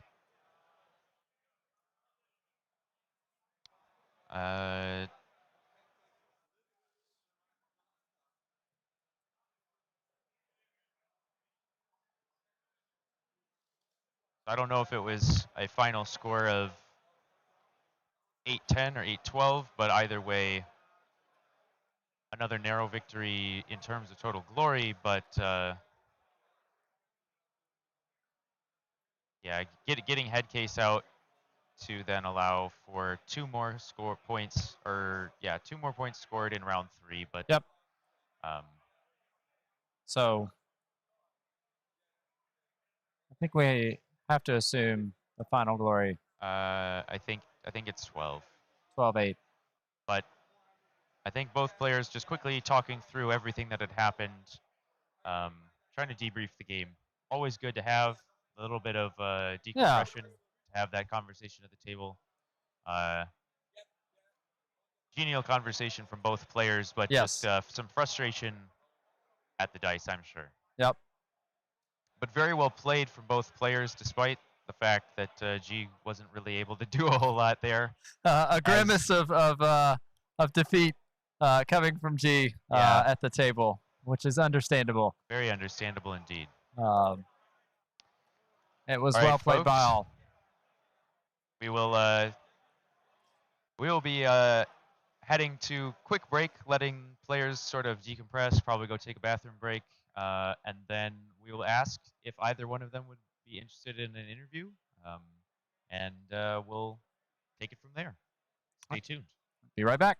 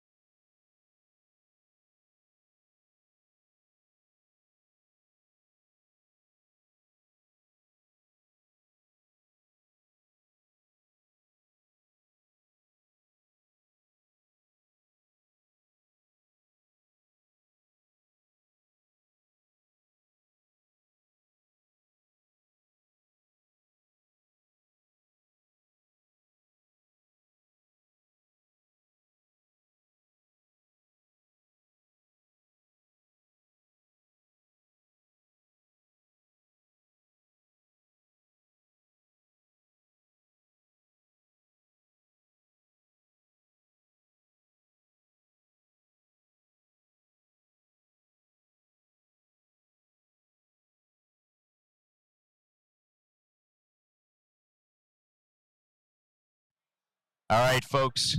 And after the game, we're here with Guillaume to talk a bit about his amazing dark horse pick that no one in the entire world saw coming for the World Championships with the Kurnoth's Heralds. Tell us a little bit about it. What led you to bringing this warband? So, as always, the models. Like I looked at those models, like I really want to play that, and then I looked at the stats. I was like, maybe not.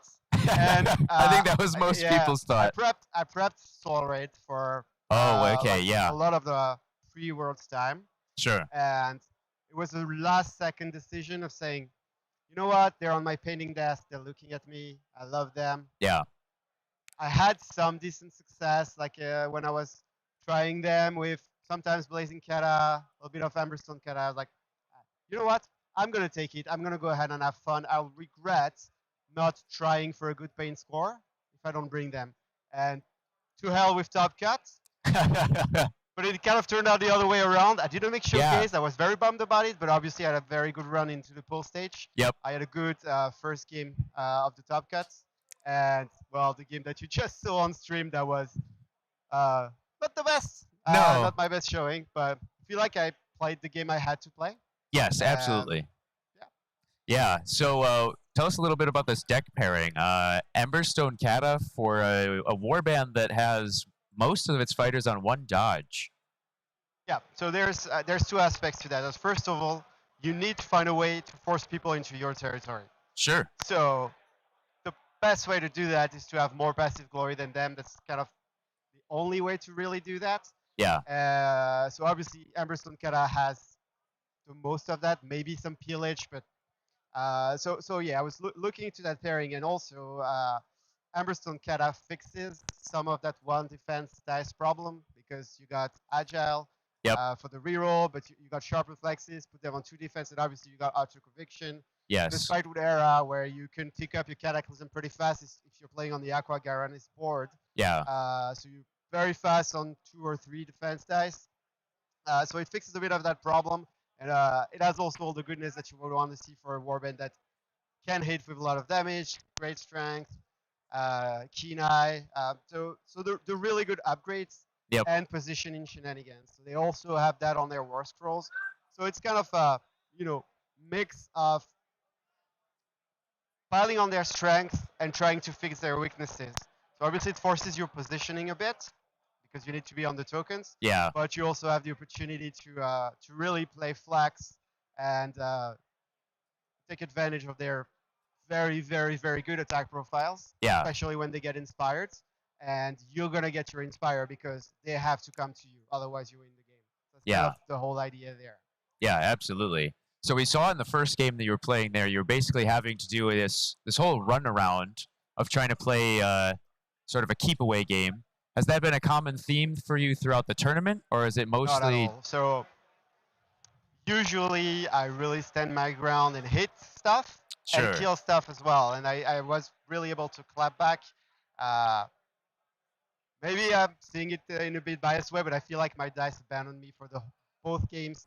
I was not able to hit. Like the fact that I can't kill a single fighter in 2 games is very, very problematic for me. Obviously, I can't claw back any glory. So the problem is I was playing Barf, right? So I have to not giving Unrelenting Massacre. I have to, avoid giving him, is it Arena Mortis?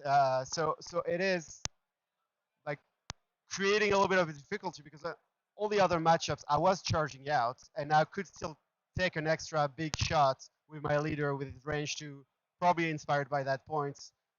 So this has been a very, very different game, and like the problem is I didn't have the resources anymore to put damage. So like I really need to score my deck.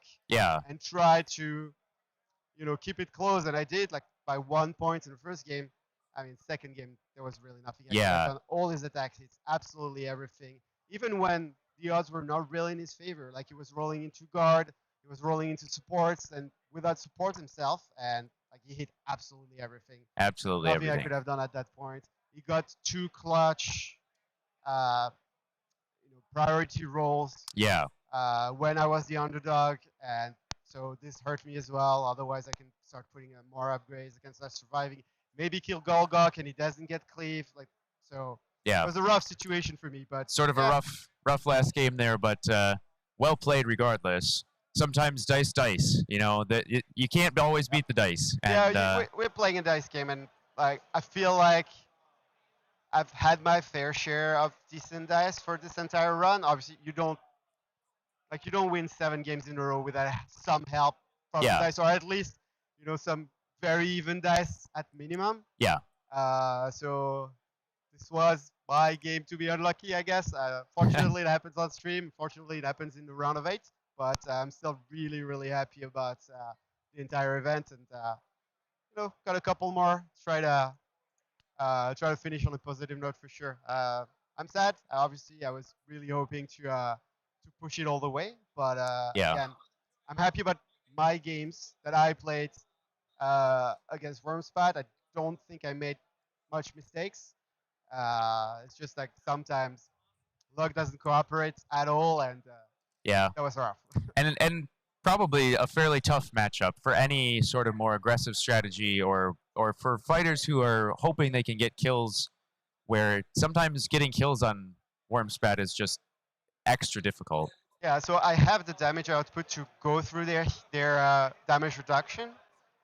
Just got a hit. I didn't hit anything. That's true. I rolled a bazillion supports when I didn't have supports. I rolled swords on my hammers. It was tough. We noted during the stream at one point when you were rolling defense dice, it was like you're rolling shields when you need dodges, you're rolling dodges when you need the shields. It was an unfortunate thing to see.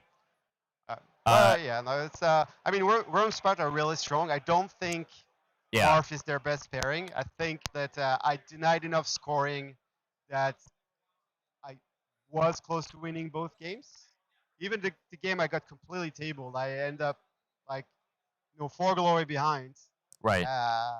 And I don't most of my deck was still in my hand at that point. So there was an opportunity. I think that when I played earlier in the tournament Wormspat with Blazing Kata, I felt like it was a much tougher, tougher matchup for sure. Barf, I think, has weaknesses that you can exploit.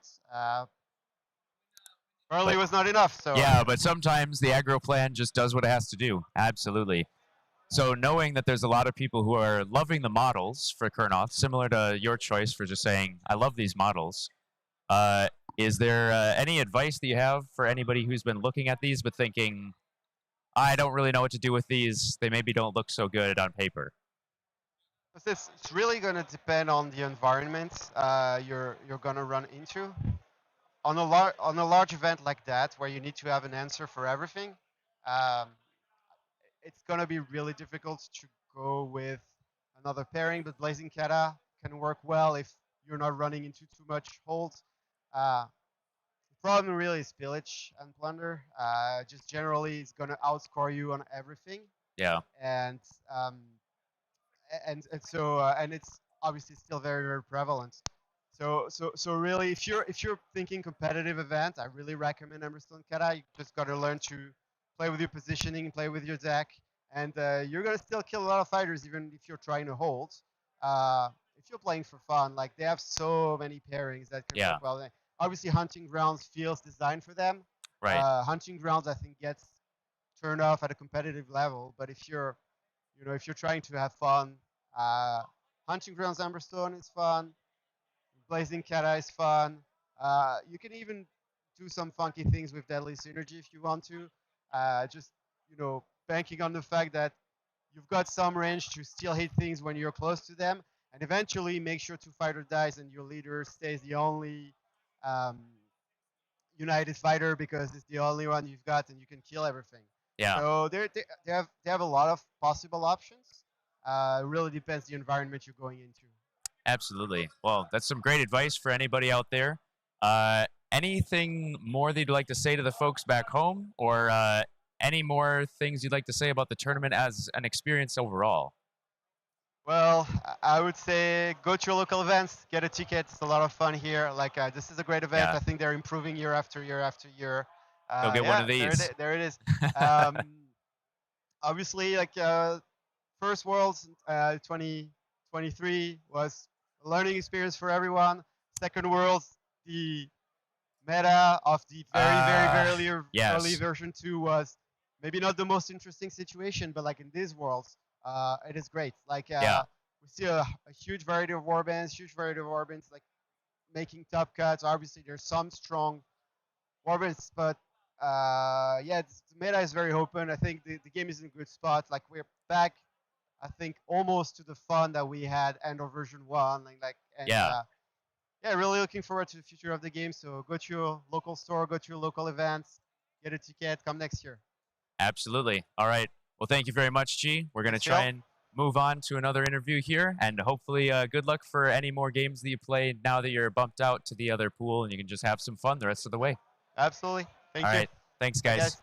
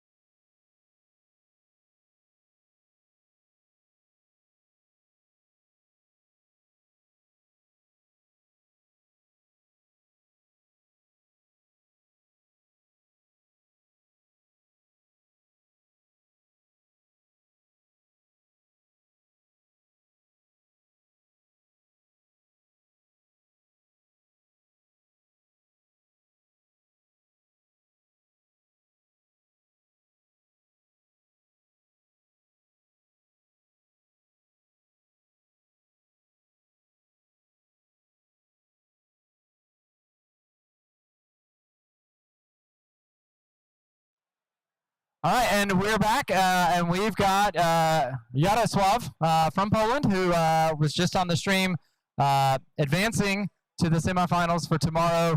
Brought his worm spat with Barf, as we affectionately call it, which is appropriate because I'm sure you remember there was the upgrade. We talked about it before for the old worm spat that was literally them throwing up as an attack. Yeah, exactly. So an excellent pairing, excellent choice.